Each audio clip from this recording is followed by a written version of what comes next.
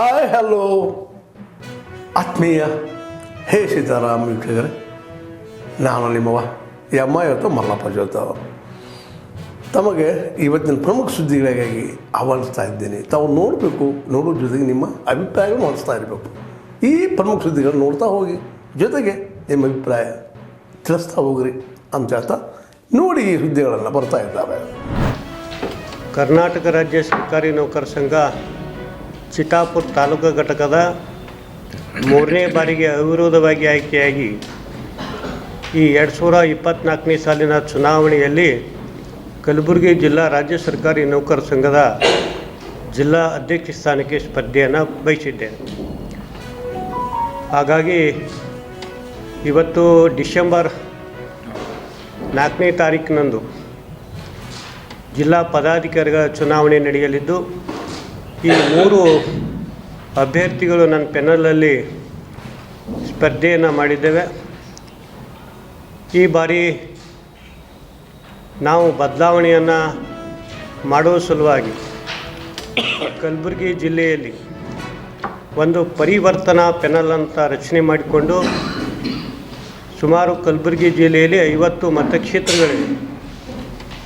ಈ 50 ಮತಕ್ಷೇತ್ರಗಳಲ್ಲಿ 66 ಸ್ಥಾನಗಳು ಚುನಾಯಿತ ಪ್ರತಿನಿಧಿಗಳು ಆಯ್ಕೆಯಾಗುವಂಥದ್ದು ಮತ್ತು 10 ತಾಲೂಕುಗಳ ಅಧ್ಯಕ್ಷರು ಈ ಮತದಾನದಲ್ಲಿ ಭಾಗವಹಿಸ್ತಾರೆ. ಒಟ್ಟು ಕಲಬುರಗಿ ಜಿಲ್ಲೆಯಲ್ಲಿ 76 ಮತದಾರರು ಮತದಾನ ಚಲಾವಣೆಯನ್ನು ಮಾಡ್ತಾ ಇದ್ದಾರೆ. 76 ಮತದಾರರು ಇವತ್ತು ಉಪಸಮಿತಿ ಮಾಡಿದರು. ಸಂಪುಟ ಉಪಸಮಿತಿ ಇದು ಜಾರಿಯಾಗಲಿಕ್ಕೆ, ಪರಿಣಾಮಕಾರಿ ಜಾರಿಯಾಗಲಿಕ್ಕೆ ಒಂದು ಸಂಪುಟ ಉಪಸಮಿತಿ ಮಾಡಿ ಅದಕ್ಕೆ HK ಪಾಟೀಲ್ರಿಗೆ ಅಧ್ಯಕ್ಷ ಮಾಡಿದರು. ಅವಾಗ ನಾವು ವೈಜನ ಪಾಟೀಲ್ರಿದ್ದಾಗ ನಾವು ಭಾಳ ದೊಡ್ಡ ಪ್ರಮಾಣ ಹೋರಾಟ ಮಾಡಿದ್ವಿ. ನಮ್ಮ ಭಾಗದವ್ರಿಗೆ ಮಾಡಿರಿ, ಆ ಭಾಗದವ್ರಿಗೆ ಕಳಕಳಿ ಇರೋಂಗಿಲ್ಲ, ಅವ್ರಿಗೊಂದು ಈ ಮಣ್ಣಿನ ವಾಸನೆ ಅವ್ರಿಗೆ ಗೊತ್ತಿರೋಂಗಿಲ್ಲ ಅಂಥೇಳಿ ಮಾಡಿ. ಆದರೂ ಅದು ಚೇಂಜ್ ಆಗಲಿಲ್ಲ. ಅದಾದಮೇಲೂ ಕೂಡ ಲೋಕನಾಥ್ ಅಂತ ಒಬ್ಬ ನಮ್ಮ ಭಾಗದವನು ಇರಲಾರ್ದವ ಬೆಂಗಳೂರದ ಒಬ್ಬನಿಗೆ ತಂದು ಕೂಡಿಸಿದ್ರು. ಅದೆಲ್ಲ ಗೊತ್ತಿದ್ದ ವಿಷಯ. ಅದನ್ನು ಸುಮಾರು ಹೋರಾಟ ಮಾಡಿದ್ವಿ, ಇಂಪ್ಲಿಮೆಂಟ್ ಮಾಡಲಿಕ್ಕೆ ಹೋರಾಟ ಮಾಡಿದ್ವಿ. ಇಂಪ್ಲಿಮೆಂಟ್ ಪರಿಣಾಮಕಾರಿ ಜಾರಿ ಆಗಲಿಕ್ಕೂ ಹೋರಾಟ ಮಾಡಿದ್ವಿ. ಅದಾಗಲ್ಲ ಲೋಕದಾತವನ್ನು ನಮ್ಮ ವಿರುದ್ಧ ಮಾಡ್ಕೋತೇ ಹೋದ. ಈಗ ಈ ಸರ್ಕಾರ, ಕಾಂಗ್ರೆಸ್ ಸರ್ಕಾರ ಬಂದಮೇಲೆ ಸುದೈವದಿಂದ ನಮ್ಮ ಭಾಗದವರೇ ಆದಂಥ ಮತ್ತು ಜಿಲ್ಲಾ ಉಸ್ತುವಾರಿ ಸಚಿವರು ಮತ್ತು ಈ ಭಾಗಕ್ಕೆ 317 ಜೆಗೆ ಅವಾಗ ಪಾರ್ಲಿಮೆಂಟ್ನಾಗಲಿ ಬೇರೆ ಕಡೆ ಆಗಲಿ ಹೋರಾಟ ಮಾಡ್ತಕ್ಕಂಥವ್ರು ಅವ್ರ ಪುತ್ರ ಅಂತ ಇವತ್ತು ಪ್ರಿಯಾಂಕ್ ಖರ್ಗೆ ಅವರು ಇವರು ಸಂಪುಟ ಉಪಸಮಿತಿ ಅಧ್ಯಕ್ಷರಾಗ್ಯಾರ. ಅಧ್ಯಕ್ಷರಾಗಿ ಸುಮಾರು 1.5 ವರ್ಷ ಅಲ್ಲಿ ಕಳೆದು ಬಂತು. ಇದುವರೆಗೂ ಎಷ್ಟು ಸಭೆಯೋ ಗೊತ್ತಿಲ್ಲ.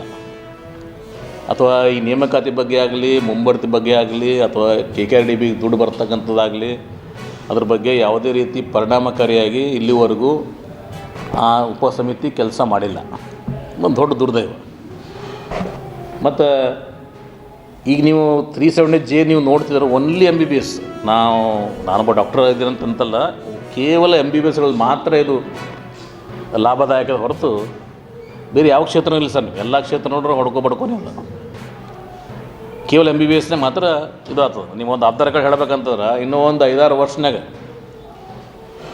ಮನೆಗೆ 2 ಡಾಕ್ಟರ್ ಆಗ್ತಾರೆ. ಈ 370 ಜೆ ಇದು ಹಿಂಗೆ ಮುಂದುವರಿತಂದ್ರೆ ಆಧಾರ್ ಕಾರ್ಡ್ ನಮ್ಮ ಮನೆಯೇ ಅದ. ನಮ್ಮ ಮನೆ 15-16 ಮನೆ ಒಂದು ರೋ ಅದ.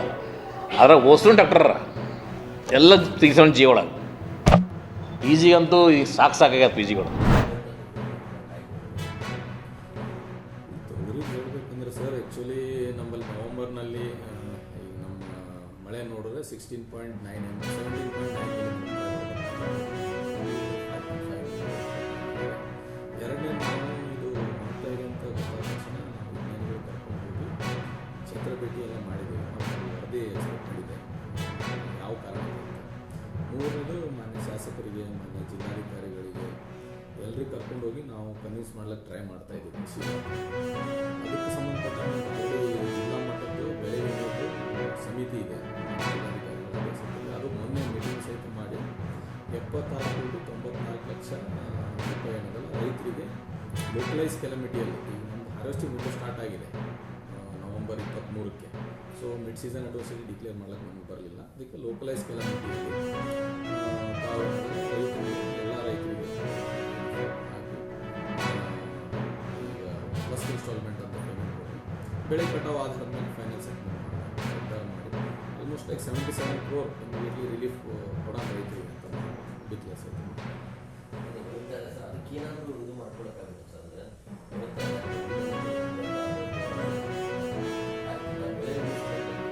ಈಗ ಹೆಂಗಿದೆ ಅಂದರೆ ಸರ್, ಆ್ಯಕ್ಚುಲಿ ಅದು ಮ್ಯಾಕ್ರೋಫೋಮಿನ ಡ್ರೈ ರೂಟ್ ರಾಟ್ ಅಂತ ಮೇಜರ್ ಡಿಸೀಸ್, ಅದ್ರ ಜೊತೆಗೆ ಫೈಟೋಪ್ತೆರಾ ಇದೆ. Incidence of macrophomina dry root rot ಸ್ವಲ್ಪ ಹೆಚ್ಚಿನ ಪ್ರಮಾಣದಲ್ಲಿ ಕಂಡಿದೆ. ಅದಕ್ಕೆ ಕಾರ್ಬೆಂಡಜಿಮ್, ಮ್ಯಾಂಕೋಜಬ್ ಈ ಎರಡು ಶಿಲೀಂಧ್ರನಾಶಕ ಇದೆ. ಇದ್ರ ಕಾಂಬಿನೇಷನ್ ಸಾಫ್ ಅಂತ ಇದೆ ಪ್ರಿಲಿಮಿನರಿ ಸಾಫ್ ಅವರು 3 ಗ್ರಾಮ್ 2.5 to 3 ಗ್ರಾಮ್ ಪ್ರತಿ ಲೀಟ್ರಿಗೆ ನೀರಲ್ಲಿ ಹಾಕಿ ಬೇರಿಗೆ ಮತ್ತು ಕುಡಿಬೇಕು. ಸೊ ಇದರಿಂದ ಏನು ಒಣಗಿದೆ ಅದನ್ನು ರಿಕವರಿ ಮಾಡೋಕ್ಕಾಗಲ್ಲ. ಇನ್ನು ಒಣಗದೇ ಇರೋದು ಏನು ಸ್ಪ್ರೆಡಿಂಗ್ ಆಫ್ ದ ಡಿಸೀಸ್ ಇದನ್ನು ಕಂಟ್ರೋಲ್ ಮಾಡ್ಕೋಬೋದು.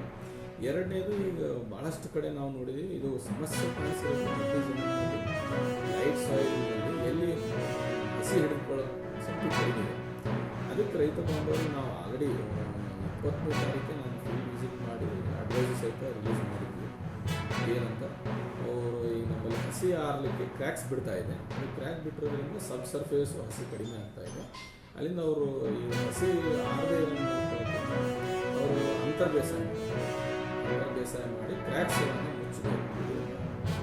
ಹಸಿ ಉಳಿತು ಅಂದರೆ ನಮಗೆ ಇದು ಸಮಸ್ಯೆ ಕಡಿಮೆ ಆಗ್ತದೆ. ಲೈಕ್ ಈ ಬ್ಲ್ಯಾಕ್ ಕಾಟನ್ ಸೆಲ್ನಲ್ಲಿ ಯಾವ ರೀತಿಯಾಗಿ ಹಸಿ ಇರ್ತದೆ ಅಂಥ ಕಡೆ ನಮಗೆ ಸಮಸ್ಯೆ ಕಾಣಿಸಿಲ್ಲ. ಎಲ್ಲಿ ನಮ್ಮಲ್ಲಿ ಮಡ್ಡಿ ಜಮೀನಿದೆ, ಎಲ್ಲಿ ಲೈಟ್ ಸಾಯಿಲ್ಸ್ ಇದೆ, ಎಲ್ಲಿ ಗುಡ್ಡಗಾಡು ಪ್ರದೇಶ ಇದೆ, ಅಲ್ಲಿ ನಮಗೆ ಇದು ಬೇರೆ ಸಮಸ್ಯೆ ಕಾಣಿಸ್ತಾ ಇದೆ. ಅದಕ್ಕೆ ಅಂತರ್ ಬೇಸಾಯ ಮಾಡಿ ಇದರಿಂದ ನಮ್ಮ ಕ್ರ್ಯಾಕ್ಸ್ಗಳನ್ನು ಮುಚ್ಕೊಳ್ಳೋದು. ಮತ್ತು ನೀರು ಲಭ್ಯತೆ ನಮಗೆ ಸ್ಪ್ರಿಂಕ್ಲರ್ಸ್ ಇದೆ, PVC ಪೈಪ್ ಇದೆ, ರೋಲ್ ಪೈಪ್ ಇದೆ. ಸಾಯದಂದಲ್ಲಿ ರೈತ ಸಂಪರ್ಕ ಕೇಂದ್ರಕ್ಕೆ ಹೋಗಿ ಪಡ್ಕೋಬೋದು. ತೊಗೊಂಡು ಎಲ್ಲನೂ ಸ್ವಲ್ಪ ದೂರ ಇತ್ತಂದ್ರೂ ಒಂದು ತಡೆ ನೀರು ಬಿಟ್ಟರೆ, ಸಾಲು ನೀರು ಬಿಟ್ಟರೆ ಇದು ಇಮಿಡಿಯೇಟ್ಲಿ ಕಂಟ್ರೋಲ್ ಆಗುತ್ತೆ.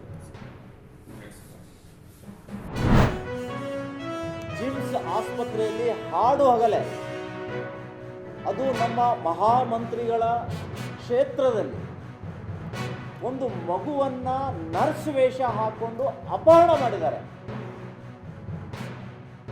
ಮೊದಲು ಲ್ಯಾಂಡ್ ಜಿಹಾದ್, ಆಮೇಲೆ ಲವ್ ಜಿಹಾದ್, ಈಗ ಬಚ್ಚೋं का ಚೋರಿ ಕರೋ ಜಿಹಾದ್ ಪ್ರಾರಂಭ ಆಗಿದೆ.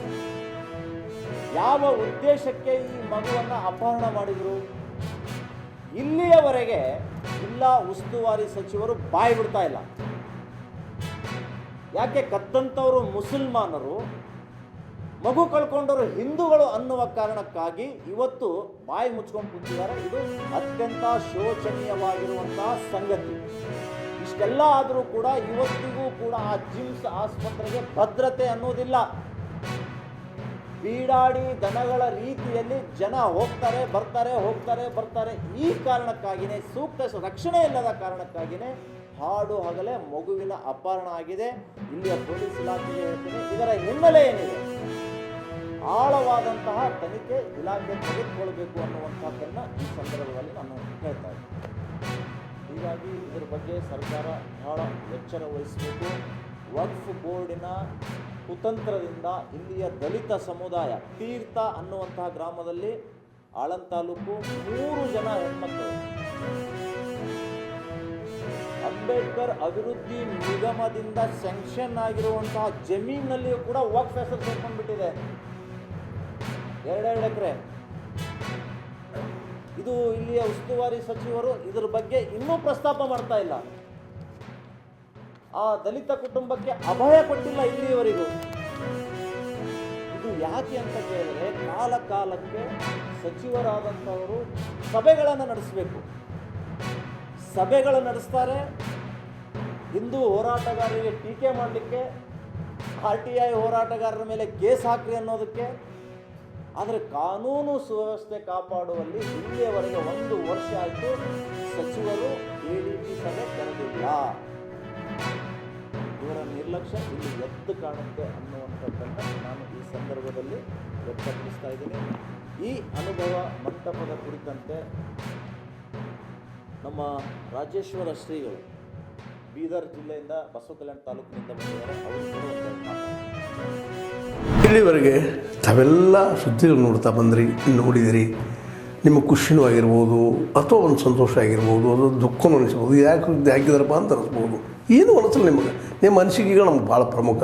ಈ ಸುದ್ದಿಗಳು ನಿಮ್ಗೆ ಏನು ಅನಿಸಿದು ನೀವು ಕಾಮೆಂಟ್ ಬಾಕ್ಸಲ್ಲೇ ಹೇಳ್ತಾ ಇರ್ರಿ. ಜೊತೆಗೆ ಎಲ್ಲಕ್ಕಿಂತ ಹೆಚ್ಚಿಗೆ ಇದನ್ನು ಶೇರ್ ಮಾಡ್ತಾಯಿರ್ರಿ ಈ ನ್ಯೂಸ್ಗಳನ್ನು.